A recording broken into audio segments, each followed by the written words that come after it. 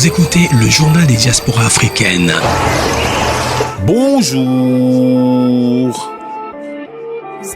Zoom on the beat. Bienvenue, installez-vous, on a des nouvelles pour vous. Il y a des bonnes, il y a des mauvaises, mais il y a des nouvelles pour vous. Bienvenue, installez-vous, on a des nouvelles pour vous. Il y a des bonnes, il y a des mauvaises, mais il y a des nouvelles pour vous. Vous écoutez le journal des diasporas africaines. Excellence, Madame Liliane Massala, vous êtes ambassadeur haut représentant de la République gabonaise près la République française. Vous représentez également le Portugal, Monaco et Andorre. Et vous êtes également représentant permanent du Gabon auprès de l'OIF. Alors, la politique de genre, Oui. déjà, c'est quoi le genre? Quelles sont les problématiques au sujet de la question du genre et quelles sont les solutions? Oui, c'est quoi le genre? Effectivement, quand on parle de genre, normalement, nous, on a appris à l'école le genre masculin et féminin. C'est ça. Mais quand on parle de genre en termes de politique, on voit la gente féminine, on voit la femme. Oui, Donc, ce sont les questions liées à la femme de manière générale.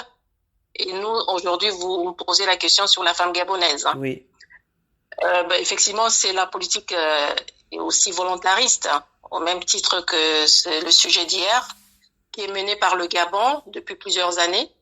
Et cette politique volontariste lui a valu donc à notre pays d'être classé premier en Afrique en matière de promotion des droits de la femme dans le rapport Les femmes, l'entreprise et le droit de 2023 de la Banque mondiale qui a été publié au mois de mars, de mémoire le 2 mars dernier. Je dis de mémoire parce que je me rappelle que ça coïncidait avec le début du sommet sur le climat. Cette politique s'est traduite tant sur le plan international avec l'adoption des textes majeurs à l'initiative du Gabon. Vous vous rappelez le 23 juin par exemple qu'on a fêté il y a quelques semaines et on célèbre la journée internationale de la veuve et de l'orphelin. C'est une initiative du Gabon. Et sur le plan national, nous avons une politique publique qui s'appelle Gabon Égalité, qui est axée essentiellement donc sur deux piliers. Le renforcement de l'arsenal juridique contre les dispositions discriminatoires à l'égard des femmes. On a mis en place un dispositif juridique très important pour protéger les femmes. Je peux vous en citer plusieurs lois, mais je pense que c'est pas vraiment ça la question. Les internautes ne sont pas forcément intéressés par cela. Là, effectivement, vous êtes une radio en ligne, donc vos internautes peuvent aller sur le site de Gabon Égalité, ils verront toutes les lois qui ont été prises, elles sont nombreuses, en faveur de la femme gabonaise. Et nous avons également l'émergence des personnalités féminines à un très haut niveau de responsabilité. On va pas les citer. Notre président du Sénat est une femme, de la Cour constitutionnelle c'est une femme. Bon, c'est vrai que Gabon Égalité est une politique récente, mais c'est vraiment pour renforcer la présence des femmes à des niveaux de plus en plus élevés de notre société. Nous avons eu pour la première fois une femme Premier ministre en 2020, et qui est aujourd'hui vice-présidente de la République gabonaise. Donc, ça montre un peu la volonté du chef de l'État, du président de la République, chef de l'État. C'est lui qui est au cœur de cette politique. Le Gabon souhaite désormais impulser cette dynamique dans son espace sous-régional également, en saisissant l'opportunité de sa présidence à la CEAC. Vous savez que le Gabon préside la communauté économique des États de l'Afrique centrale depuis 2-3 mois. Et donc, nous souhaitons désormais impulser cette dynamique dans cet espace sous-régional qui représente quand même un grand nombre de personnes. C'est pour jeter un peu les bases d'un agenda commun en matière de promotion des droits des femmes, parce qu'on pense que si on donne à la femme tous ses droits pour travailler, l'Afrique va avoir aussi un véritable coup de main pour se développer. Voilà, donc c'est l'objectif poursuivi donc par la conférence de haut niveau de la CEAC sur la promotion des droits des femmes et de leur autonomisation qui a été organisée au mois de mai dernier, le 25 et le 26 mai. On a organisé donc cette grande réunion autour des questions des femmes et ça va suivre donc la feuille de route du président de la République qui est encore une fois président en exercice de la CEAC et ça a été mis sous le haut patronage de la première dame du Gabon, Madame Sylvia Bongo Ondimba. Alors, Excellence, il reste beaucoup à faire. On se rend compte que les femmes gabonaises sont encore victimes de violences conjugales notamment.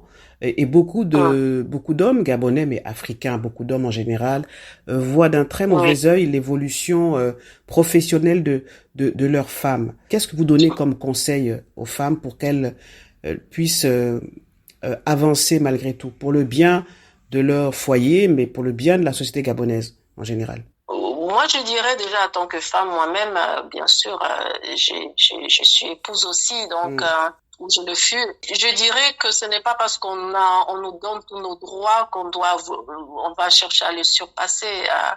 Un homme a toujours sa place. Au contraire, un homme a sa place, pas toujours sa place, a sa place dans la société. Si on a pris un certain nombre de lois pour protéger les femmes, c'est parce on s'est rendu compte, aussi bien au Gabon que dans toute l'Afrique, qu'il y a eu des abus.